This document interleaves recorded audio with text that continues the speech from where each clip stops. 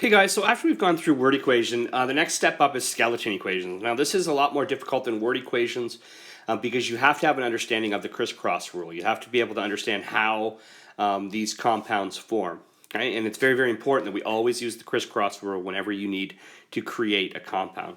Okay? So if we go through kind of our first example here, it says that solid lithium reacts with chlorine gas to form aqueous lithium chloride. Okay, so we have a couple things here. We got a couple things reacting here.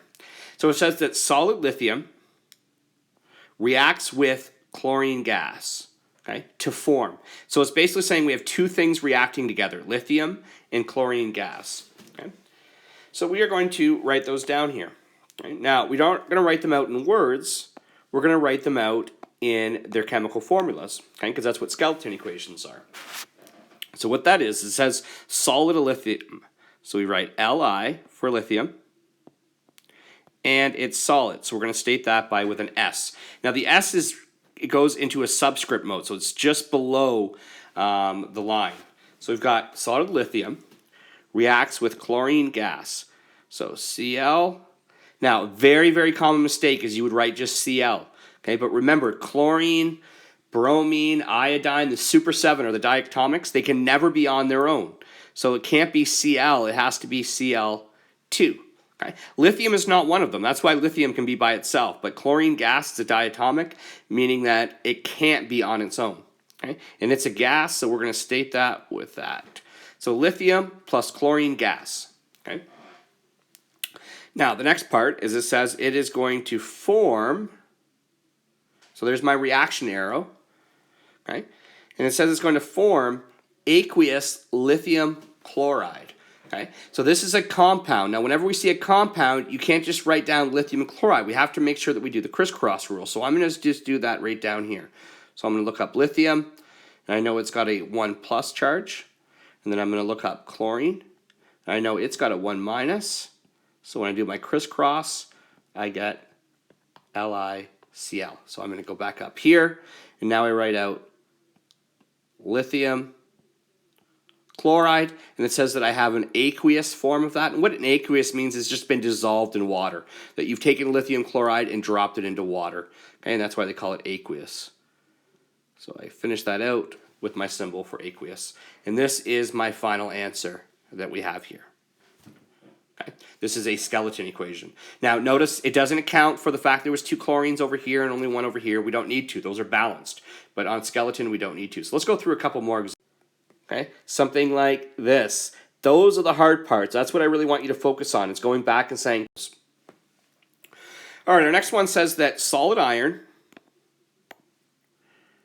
So solid iron reacts with aqueous calcium hydroxide to create.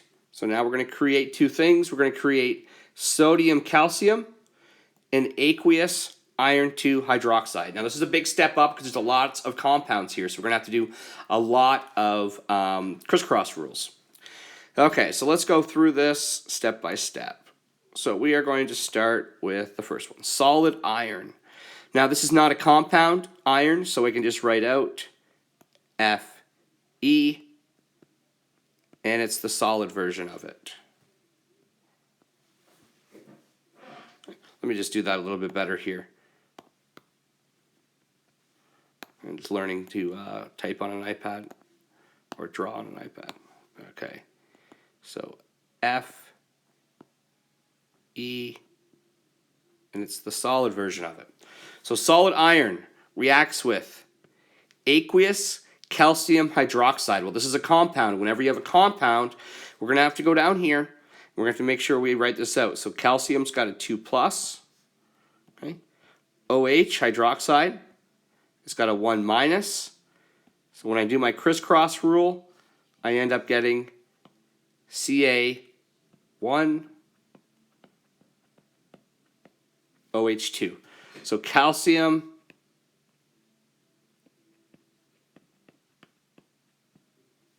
hydroxide. Right?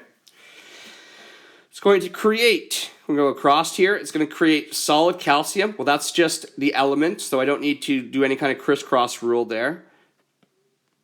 so calcium, and it's a solid form of it, plus aqueous iron 2 hydroxide. Well, that is a compound, so I'm going to do the crisscross rule. So iron 2, because it's telling me that it's iron 2, so that's why I know that it's the 2 plus version, because iron's got a couple different versions. OH has only got one version, one minus.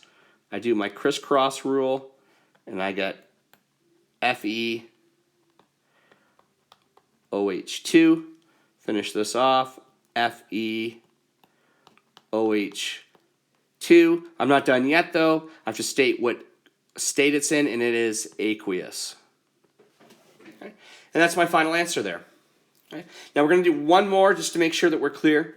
Okay, because this is very tricky. Okay, this is not an easy task. If you're like, oh, I'm not getting this. It's not. It shouldn't be really easy. Creating all these formulas, it's what the challenge is, and that's why we went over it at the very beginning of the course. And I stressed, you have to be able to create these formulas, and this is where it's becoming important. The trickiest part is going to be right in here. Okay, when we have to form compounds. So something like this, form these compounds using. Okay. All right, the last one, it says chlorine gas reacts with water to form liquid hydrogen monochloride. Okay, so we've got chlorine gas. So chlorine gas, Cl, but Cl is a diatomic, can't be by itself, so Cl2. And it's a gas, reacts with water, H2O, and it's a liquid form of it, so we put the little L. So chlorine gas reacts with water to form, and I forgot the M there, but this should say to form, liquid hydrogen monochloride. Now, this is a covalent compound, if you notice by the naming, okay, the fact that they have mono in there, and both of these are non-metals. So this is a covalent compound. We don't need to do the crisscross rule here, okay? So it's hydrogen monochloride, so just one, and it's the liquid version of it. Okay.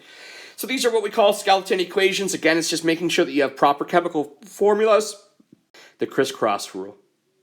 Okay. I hope this helps out. Again, let me know if you need any support. I'm here to help you guys.